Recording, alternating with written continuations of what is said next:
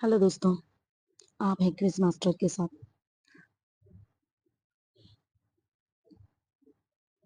50 question लेकर हाजिर हूँ हिस्ट्री से।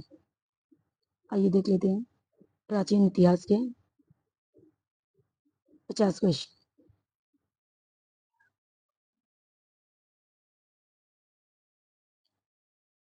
पहला क्वेश्चन आपके सामने है, हड़प्पा सभ्यता की खोज किसने की थी?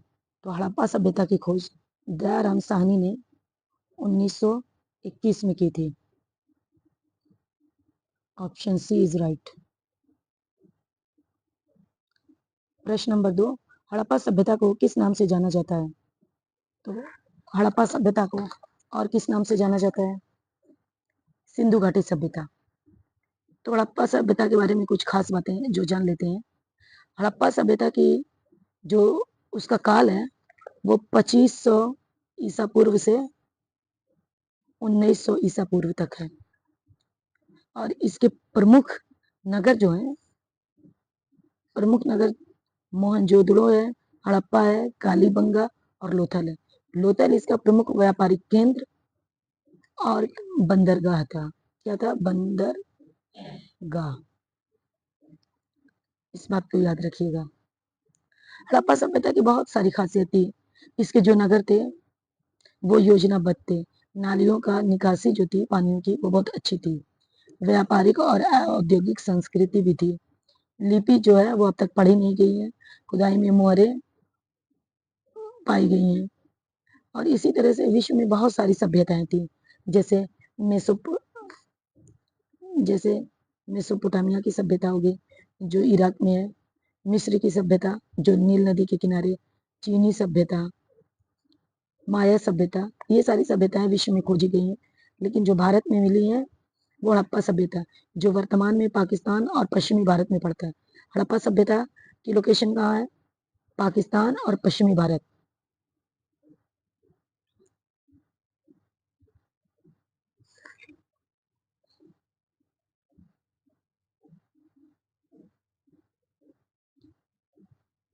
अगला प्रश्न है, हड़प्पा सभ्यता के प्रमुख नगर कौन कौन से थे?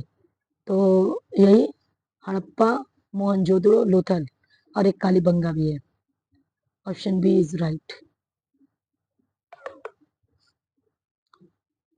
अगला प्रश्न है, मोहनजोदड़ो का अर्थ क्या है? तो मृतकों का टीला।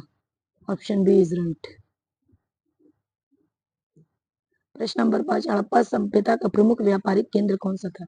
तो ये जो लोथल है ये प्रमुख व्यापारिक केंद्र है, ये उसका बंदरगाह है, प्रमुख बंदरगाह है सिंधु घाटी सभ्यता का। प्रश्न नंबर 6, वैदिक काल को कितनों भागों में बांटा गया? तो वैदिक काल को दो भाग में बांटा गया है। एक दिक वैदिक काल या प्रारंभिक वैदिक काल और दूसरा है उत्तर वैदिक काल। तो ऑप्शन बी इज राइट। अगला प्रश्न है, ऋग्वेद की रचना किस भाषा में हुई थी? तो ऋग्वेद की रचना जो है संस्कृत में हुई थी। Option C is right. प्रश्न नंबर 8, महाजनपद काल में कितने महाजनपद थे? तो कुल 16 महाजनपद थे, जिसमें अंग है, मगध है, वज्जी है, मल, काशी, कौशल, अवंती, ये सारे। और इसमें सबसे शक्तिशाली जो था वो मगध। 16 महाजनपदों में मगध जो है सबसे शक्तिशाली था। मगध, याद रखिए। प्रश्न नंबर 9, महाजनपदों में सबसे शक्तिशाली कौन था? Magadh. Option C is right. Gautam Buddha का जन्म कहाँ हुआ था? तो गौतम बुद्ध का जन्म लुम्बिनी में हुआ था 563 ईसा पूर्व में। और इन्होंने जो गृह त्यागा था वो 29 बरस की आयु में इन्होंने अपने घर को त्याग दिया था। और ज्ञान की प्राप्ति जो हुई है वो 35 वर्ष की आयु में बोध गया में हुई है। और प्रथम उपदेश गौतम बुद्ध ने प्रथम उपदेश सारनाथ में दिया था। सारनाथ। महापरिनिर्वाण इनको मृत्यु जो है 483 ईसा पूर्व में कुशीनगर में हुई थी। जन्म कहाँ हुआ? लुम्बिनी में। ये सब बहुत बेसिक क्वेश्चन है, इन सबको याद करिए और क्वेश्चन इसी से आएगा। गौतम बुद्ध ने पहला उपदेश कहाँ दिया था? तो सारनाथ में पहला उपदेश इन्होंने अपना दिया था। जैन धर्म के 24वें तीर्थंकर कौन थे? तो ये महावीर स्वामी थे और पहले ये ऋषभदेव हैं जैन धर्म के। महावीर स्वामी का जन्म कहाँ हुआ था? महावीर स्वामी का जन्म कहाँ हुआ था? कुंडल ग्राम में। मौर्य वंश की स्थापना किसने की? तो चंद्रगुप्त मौर्य ने की। Option C is right. Arthashastra ग्रंथ के रचयिता कौन थे? तो अर्थशास्त्र को कौटिल्य ने लिखा है, जिसे विश्वगुप्त गुप्त चाणक्य भी कहा जाता है। चंद्र चंद्रगुप्त मौर्य ने किस यूनानी को हराया था? तो सिल्यूकस निकेटर को चंद्रगुप्त मौर्य ने हराया था। अशोक किस धर्म से जुड़ा था? तो अशोक बौद्ध धर्म से जुड़ा था। कलिंग युद्ध कब हुआ था? तो कलिंग युद्ध जो है 263 ईसा पूर्व में हुआ था। इसी के नरसंहार को देख के कलिंग युद्ध के अशोक ने कभी भी युद्ध न करने का प्रण ले लिया था और बौद्ध धर्म को अपना लिया। सांची के स्तूप का निर्माण किसने करवाया था? तो अशोक ने करवाया था। गुप्त वंश का महान शासक कौन था? तो चंद्रगुप्त विक्रमादित्य। देखिए, इसमें कई शासक आए हैं।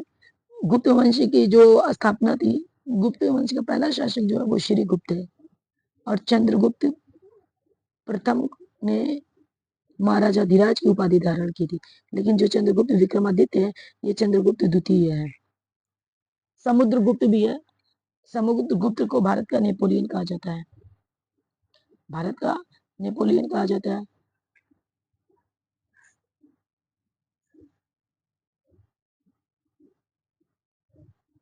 और उसे कविराज के नाम से भी जाना जाता है। नौरत्न एक अकबर के पास थे और एक चंद्रगुप्त विक्रमादित्य के पास थे। आर्यभट्ट किस क्षेत्र से जुड़े थे? तो गणित और खगोल से जुड़े थे आर्यभट्ट। गुप्त काल को किस युग के नाम से जाना जाता है? तो गुप्त काल जो है वो स्वर्ण युग था, स्वर्णिम युग था। Option C is right. Harshavardhan किस वंश से था? तो वो पुष्यभूति वंश से था हर्षवर्धन। हर्षवर्धन की राजधानी कहाँ थी? कन्नौज थी। हिंगसांग कौन था? एक चीनी यात्री था हिंगसांग। बाणभट्ट किसके दरबारी कवि थे? चंद्रगुप्त के। ओ सॉरी, हर्षवर्धन के बाणभट्ट है। प्रयाग प्रशस्ति किसने लिखी थी? हरिशेर ने लिखी थी। Option C is right. Allahabad शिलालेख किससे संबंधित है? अशोक से।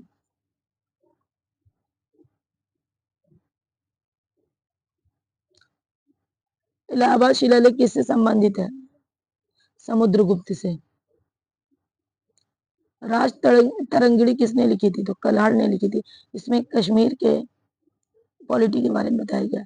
अजंता और एलोरा की गुफाएं किस काल की हैं? तो ये गुप्त काल की हैं।